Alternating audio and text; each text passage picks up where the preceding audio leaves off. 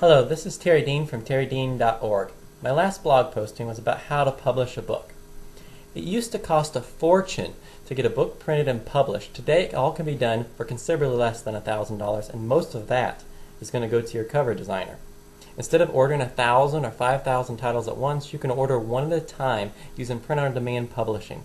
So it's not a question of whether you can publish a book or not, it's a question of whether you should. Not everyone should publish a book. If you have the dream of selling 1 million copies and getting rich through your book, keep on dreaming.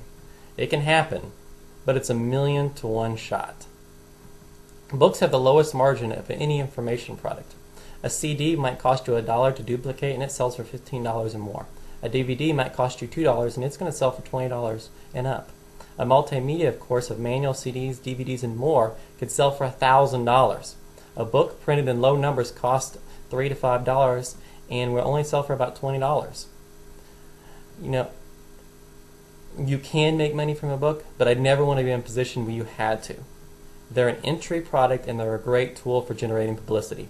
I would never recommend somebody start with a book as their first information product. Start with a CD, start with a DVD, start with an ebook. If that's successful, then create a book.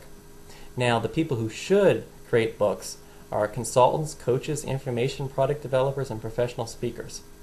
Let's say that you and I are both coaches, and we're talking to a business owner on the plane. You give him your card, and when he asks what I do, I hand him my card and my book. Now, who's going to stand out as an expert in their field? Let's say that we both contact radio stations to offer an interview. You tell people how you coach them to success in business. I tell them the same thing, and I send them my book. Who, again, stands out as an expert in this case? The book author does. Face it. You might know more than the average author, but they will be perceived as a more knowledgeable expert because they put it into a book. Will the radio host even read a book? Not likely. There's some pretty junky books that get major publicity. But that's enough on that before I get myself in trouble. If you want to be perceived as an expert in your field, create a book. You don't even have to write it yourself. Put together materials and hire a ghostwriter to create it if you want. Now, let's say that you want your book to become a profit center. It can be that, but it requires you to do some pretty large-scale publicity. If you do an interview on a major radio station, you can easily sell 100, 200, or 300 books or more. If you're published by a regular publishing house, you may only get $1 per book. So what's the appearance worth to you? $200 or $300. Using print-on-demand publishing, you might average $10 a book, so you earn $2,000 or $3,000 for an hour interview. That's not bad. You can also do book signings and other events to sell more books. But remember, all this requires you to do something. If you want a fully automated business, books are not the job for you. There are other products where this can be done much easier. The math simply doesn't work out for using paid advertising when you're selling a book.